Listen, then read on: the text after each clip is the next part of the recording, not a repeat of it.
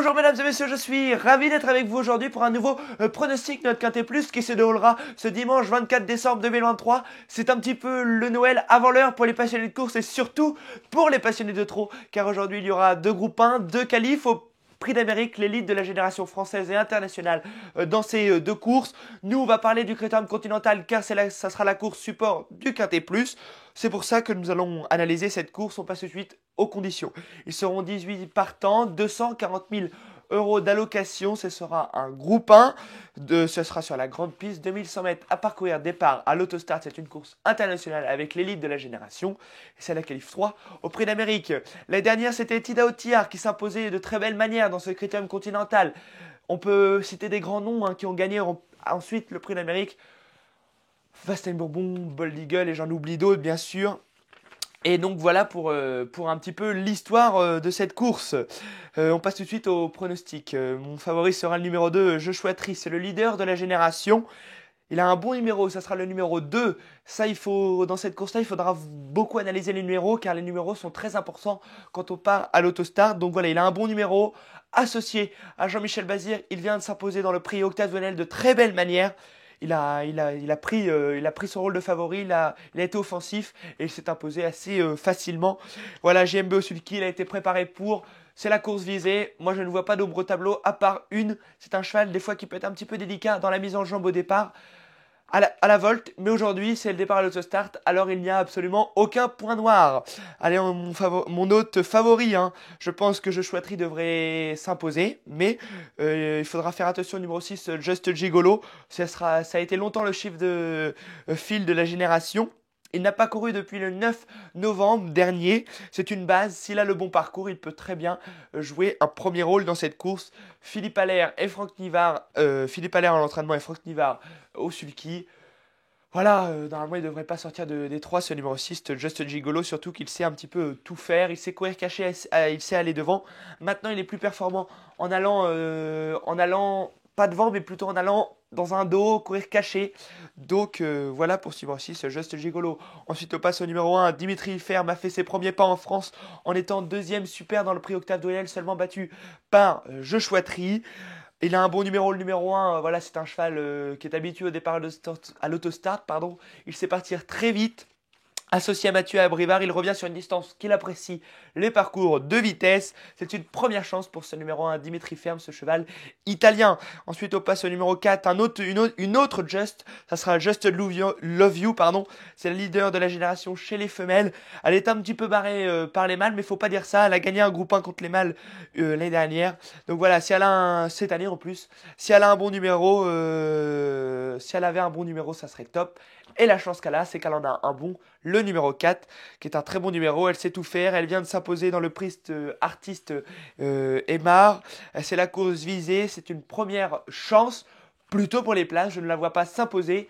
Mais on connaît sa qualité. Elle sait très bien finir ses courses. Et elle pourrait très bien prendre le train à son compte.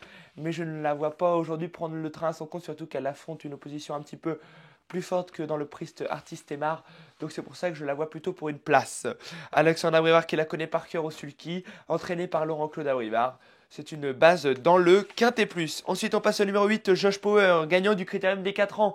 Super cheval entraîné et drivé par Sébastien Erdo, préparé pour.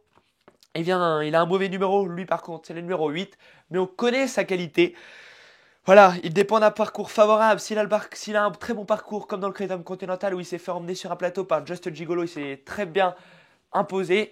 Mais comme dit Sébastien Arnaud, si on fait l'inverse, si c'est moi qui emmène Just Gigolo, c'est Just Gigolo qui s'impose. Donc il dépend du parcours. C'est une chance régulière pour les places. Sébastien Arnaud au sulky, son mentor. Il n'y a pas d'ombre au tableau pour ce numéro 8, Josh Power, à part son numéro.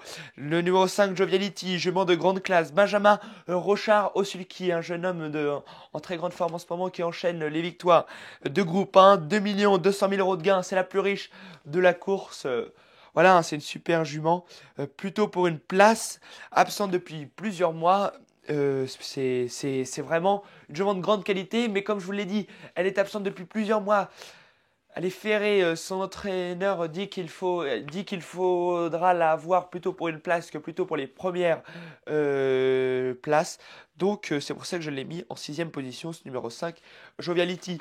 On finit avec le numéro 10, Justine Boll. Pardon. J'ai tenté un petit truc dans cette course, un petit peu de fantaisie. Ça a été le quatrième du Critérium des 4 ans. Il aime la vitesse, c'est plutôt un cheval de longue distance. Mais moi, je me rappelle qu'il avait gagné des courses de vitesse à Anguin. Il a un mauvais numéro, hein, c'est le numéro 10 derrière l'autostart, mais il a la chance de partir derrière le numéro 1, Dimitri Ferme, qui est un très bon démarreur à l'autostart. S'il a le bon parcours, il peut très bien rentrer dans la combinaison gagnante du Quintet Plus. Il a de la vitesse, c'est à tenter. Yoann Le Bourgeois, l'homme très en forme du moment avec Benjamin Rochard, qui enchaîne les bonnes performances dans les Quintet Plus, Yoann Le Bourgeois. Pour moi, c'est une première chance. Allez, mon pronostic, ça sera le numéro 2, devant le numéro 6, devant le numéro 1, devant le numéro 4, devant le numéro 8, devant le numéro 5 et devant le numéro 10, Justine Boll. Voilà pour mon pronostic du Critérium Continental. N'hésitez pas à vous abonner à notre chaîne YouTube, à liker, à mettre un pouce bleu, et vous abonner à notre compte Instagram, le turf-1, et à notre compte Telegram, le turf-1. Nous allons vous mettre le lien dans la description. C'est super bien le Telegram. Admettons hier, je vais vous donner l'exemple de vendredi soir. Nous avons donné 3 pronostics, ça a fait 2 trios gagnants en seulement 3 chevaux, et quoi d'autre? Un cheval qui a gagné. Donc c'était absolument une soirée fantastique. On donne très peu de pronos, on donne en moyenne 3-4 pronos par jour en moyenne, mais dans les grandes journées comme ça, on donne des pronos dans toutes les courses, et on est souvent, on tape souvent dans le 1000, c'est souvent du 84% de réussite à la gagne. Donc n'hésitez pas, c'est 100% gratuit, vous avez juste à appuyer sur le lien et vous abonner, et donc ça sera rentable pour vous. Donc voilà, je vous dis bonne chance à tous pour ce Critérium Continental.